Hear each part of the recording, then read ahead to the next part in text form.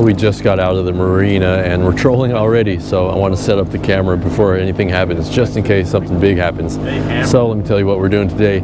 This is like a derby weekend out here, so the winner of the biggest fish over this 3-day weekend gets $10,000. Coming out fishing for a little bit. If you ever booked a charter on Alaska Strike Zone or anywhere up here, Alaska Strike Zone is where I'm fishing at, the fishing would be similar to this, except you'd have a couple pink salmon rods going out targeting those, and you'd probably catch a little more fish, but we're trying to catch bigger fish today.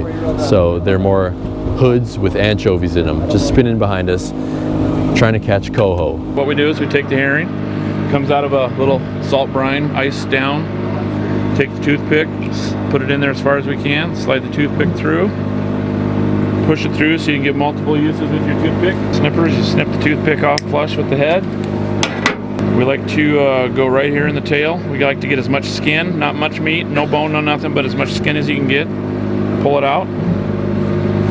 Then you're going to work it down underneath the skin and hide it right back up in there like that. We don't like too much bend because the hood does a perfect job. And then it's going to lay right up in there like that right there. And that's it right there. Yeah, no. Just kind of form it a little there. There she is. And if I want more bend, I just move my hook back a little further.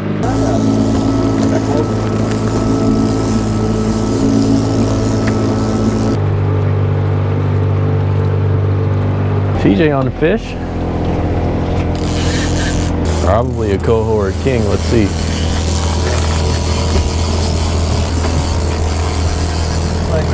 Nice coho.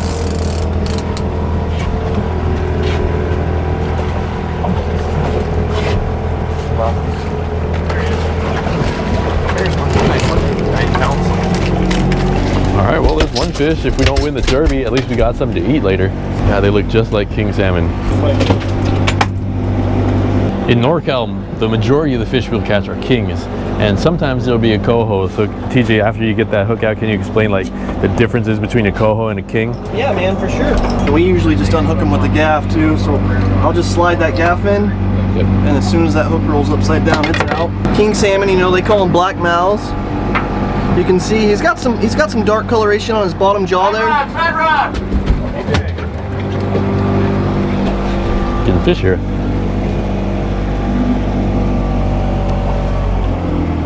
Keep going, keep going, keep going. So again, this one just bit on that little hood, the Lighthouse Lures hood. It's different color. I'll show you right here, like a silver, chrome, and black, right? It's all worn out. You can tell they work. Yeah, this one had like a little green haze in the middle, chrome bottom, chrome side, but she's been chomped. I mean, she's getting beat up, but it's still fishing, as you can see. Yeah, unfortunately, Peter had to leave a couple days ago, so we had some frozen coho back at the lodge, and TJ took it out to the thaw, and that's what me and Peter, we prepared that. We were making something special today. It's called Gravlax. It's not smoked, it's not cold smoked.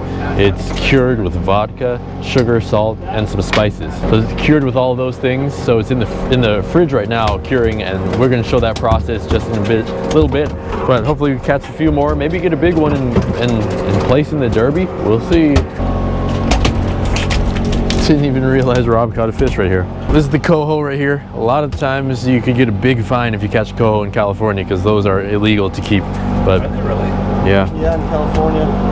A king salmon would be solid black right here. You can see the gray, whitish gray there. The gum line, that's one of the distinguishing features. And then on the tail, the silvers they'll have some silver coloration in their tail. Very few spots. Usually if there are a few spots, they'll be on the top half. A king salmon's gonna have spots throughout his tail. King salmon's gonna have usually if they're real chrome, like a purplish back. So you can see right through the tail there, there's almost no spots, but I guess on a king there'll be a bunch of them, huh? Yeah, there'll be spots. Very focused spots.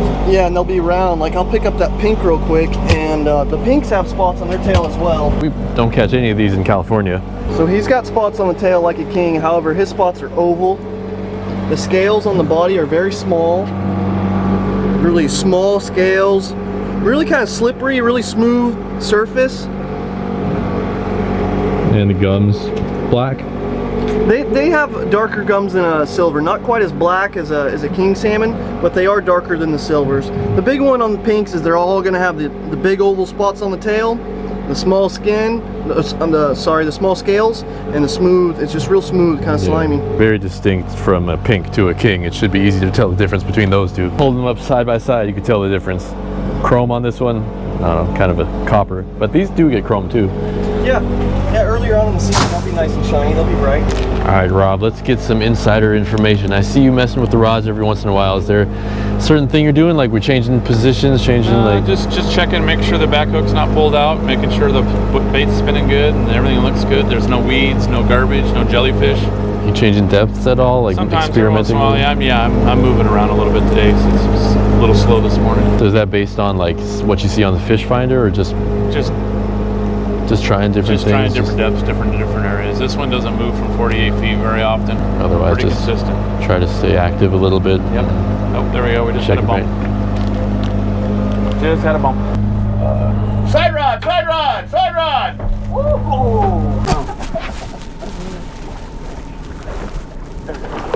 Woo! Hey, baby Matt. Nice go. Oh yeah, Put the silver in the bowl. that's a good one. That's a silver. He's got some spots on his tail. Yeah, sometimes they'll have a few.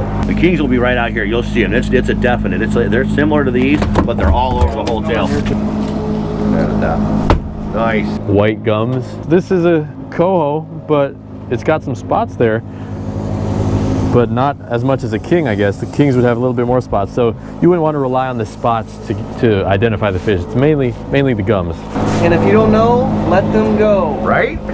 Good advice, TJ. See how this is kind of like the crippled anchovy, except on top, right there where the line goes in, it's cut in.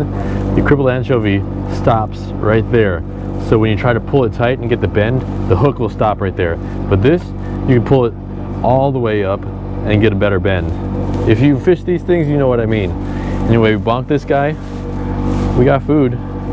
Now we can show you how to cook that Gravlax. All right, so you guys know this man by now, probably. Peter from Lighthouse Lures. Thanks for coming out here and taking the time to show us your lures. It's been great. We caught a lot of fish with them. It's been amazing. Yeah, what a trip. Yeah, it's been a good trip. Yeah. So we were talking on the boat the other day about some interesting recipes that we could try, and he was saying that he knows something that not a lot of people have tried. It's called Gravlax. Yeah. And he's just been raving about it. So we're here back at the house, and he's going to show us how to prepare it. So what do we have here? And So I love it. It's a great, simple specialty dish that anybody can make in not very much time.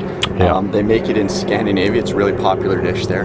So Grav stands for berry, lax salmon. So what they used to do is they used to cure it and then bury it in the sand to preserve the fish. So we've got some beautiful Alaskan silver salmon, or coho salmon here that we defrosted last night. So bright and red and orange, and looks beautiful. Stuff, yeah. So we've patted this. We took it out. We rinsed them both. We patted this one dry. We're still going to pat this one dry. Yeah, I got a towel here actually. I'll just pat that dry. So we'll pat that dry. And we've already taken out the pin bones. Still got the skin on it. Yeah. All right. So the first thing we're going to do is we're going to pour a little bit of vodka onto the salmon itself. Are we going to do that now? Yeah, we're going to do that with the now. paper towels? Yeah, with the paper towel on. Okay. So we'll take a little bit of vodka, and then we'll just pour it on each piece.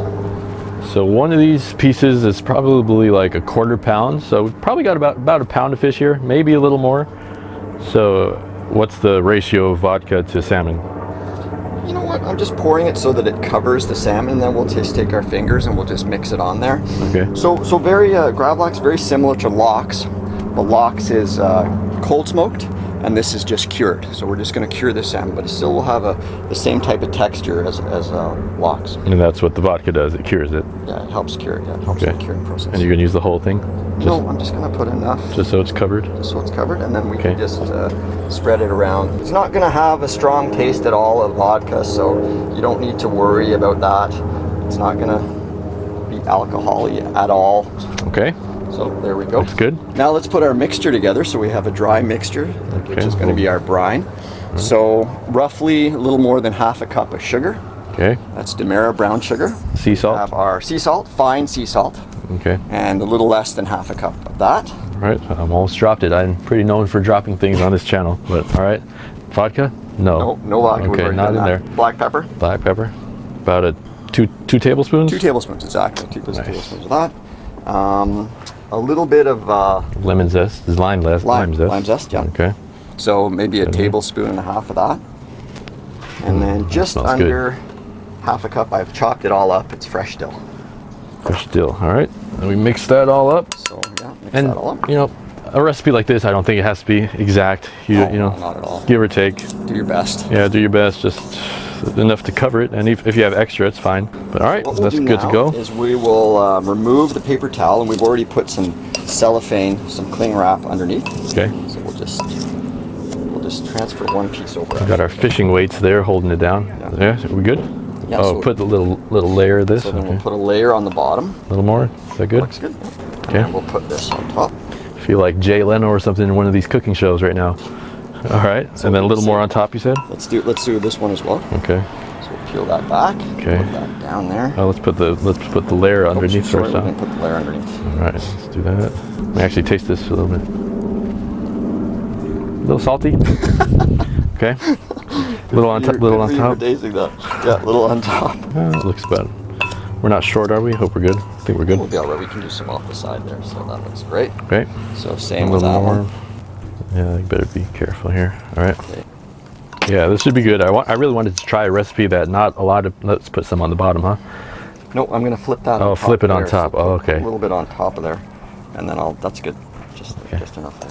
Yeah, I really wanted to try a recipe that not a lot of people around here, like Alaska, you know, everybody catches salmon. So I wanted to try something that not a lot of people have tried. So this is something that we can get some good first reactions on once it's all prepared. Not really cooked, but just cured. Yeah. And you know what? This is such great fish, and it's so fun to find new ways to prepare it and use it instead of, you know, there's obviously lots of ways, different things you can do. Yep. This is a great way to have. Yeah, just get out of the pattern of the monotony of the usual smoked whatever. Just try something new. You might be surprised. You might surprise yourself. All right, I think we're gonna have just enough. Yeah. Just enough. Perfect. Is that good? A little more. Looks good. And you could do this with any salmon, but Peter prefers Coho, silver salmon. Yeah, Coho's great. Any salmon will do. And then just as a side note, just make sure that when you're preparing salmon like this, you're almost going to be eating it raw, so it needs to be frozen. It needs to be just look online and see, you know, what you need to do to make sure that you've killed the parasites within the salmon. Oh yeah, that's one thing. So Peter, he's leaving on a flight today. He's going back home to Vancouver. So this has been frozen for a long time. All the parasites have been killed, eliminated, and this is not the fresh caught salmon that we caught. So yeah, this is yeah, we just wanted to get the parasites so you out. can look online to see what those temperatures are to make sure that it's done correctly. And how long. Okay, so everything's good. Now we're gonna wrap it up in the cellophane. Take our little weights off. Weights. Nice and tight, all around. Okay, over the top. All right, just like wrapping a present. I'm gonna cover up all the sides. All right, and try to make sure no air is touching it. Is that the deal? Nice and tight as we can. Now we're going to take this pan and we're going to transfer these 2 pieces into this dish here. Yeah. So you might be wondering what these 10-pound cannonballs are for the downrigger, and you're going to find out in a minute. It's part of the recipe. Yeah, you need these cannonball downriggers. All right, so let's we're gonna put this. mine right in there. Is that looking okay? That looks fantastic. Yeah. Okay, good. Okay. So important part of this recipe now. The most important part, probably. Yeah. So we're going to weigh it down. So we've got this cutting board that we're going to put on top, which actually fits perfectly for this pan. And then we need something heavy to put on top, and that's where our cannonballs come into play. So putting them in a. All right. That's pretty heavy. Yeah. Okay. There That's we go. about 25 pounds with the pot. Yeah. Okay. And That's it. That's it. Now Ready we to eat. go. Now we eat. About an hour. No. So we wait 48 hours. Every 12 hours, flip it. 12 hours, flip it. 12 hours, flip it. So flip it 4 times. But after the first time, you want to we're going to drain out the brine. drain it out. All that salt's going to get the moisture out of the fish, and there's going to be a little pool of brown liquid on the bottom, just pour that out, flip it, and you drain it again the second time, third time? No, you don't. After you do the first time, it's pretty good after that. So you'll be fine. So Okay. 4 flips, and then take it out. You'll rinse it off, pat it dry again, let it dry for maybe an hour or so. Yep. Slice it nice and thin. Yep. Get some nice bread.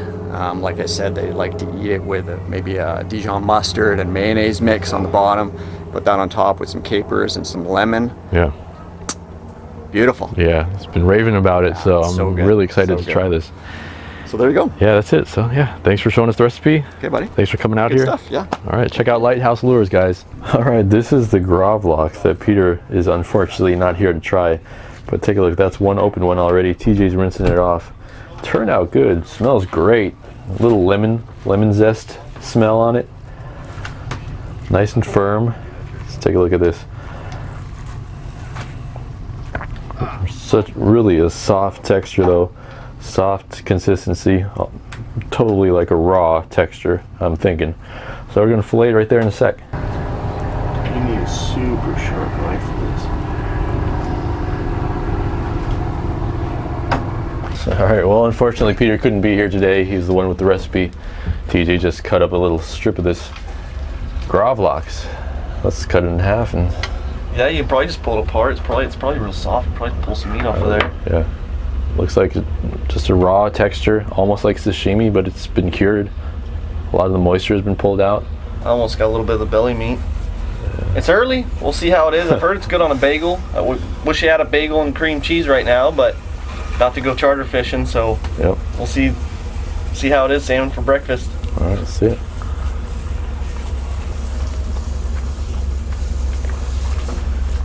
Like you've had a lot of smoked meat. One thing Peter actually said was to rinse it off after it's done and let it sit for like an hour. That's good. We didn't do that. That's good. It's good. I'm not a raw fish sashimi guy. That's not me, especially not at 6 in the morning. But on a bagel, make some dip with that, or yeah, like they say, like I guess New York style, put some cream cheese and that on a bagel. It's good. It's got a lot of flavor. That's actually the dill really got infused with that. It doesn't taste raw. It's not fishy. It's very mild. The texture's good. Yeah, it's pretty good. Pretty good. One other one? Yeah, I'll try. I'll grab this piece. I'll try a little bit more of the. The upper part I think is better. The belly part is a little soft. I think, Oh really? for This me. is the upper part, so I'll give that a go. Got a little more bite to it. It's definitely firmer. Yeah, more firm. No smoke. It's a little bit softer than smoked salmon. It's not as dry. It's not as firm, but it's definitely not like raw fish. I could handle this. I can't handle raw fish, and this is good. Yeah, you get that the lime in it too from the lime zest. Yeah, definitely. Nothing wrong with that. Yeah, slice that thin, put it on a bagel with some cream cheese. I would definitely eat that. But it's heavy too. Like we got 4 fillets. We got 4 of these. Do you know how long that's gonna last? A while. That's gonna Which last Peter a says long it time. keeps really good frozen. So Yeah. pack it back up. Now that it's done, we'll just backpack it again. And, enjoy it. Yeah, Share it. I think like a tenth of that almost would be enough for breakfast, if even. Yeah, like this chunk right here, just a little bit right here on a bagel or maybe some eggs. Good. Yeah. Pretty good. Yeah. I like the prawns better. That's kind of hard to beat. Yeah, prawns are freaking delicious. Yeah, anyway, that was a good salmon video. Thanks, Peter, for providing the lures and providing this recipe. Too bad you couldn't be here. But yeah, good day in Alaska. Good morning. Yep. Now I just spotted some sea cucumbers, so I'm gonna head over there and try to cook some of those. This is my last day. I'm headed out of here, so I'm trying to get this little video in real quick. But yeah, dude, thanks.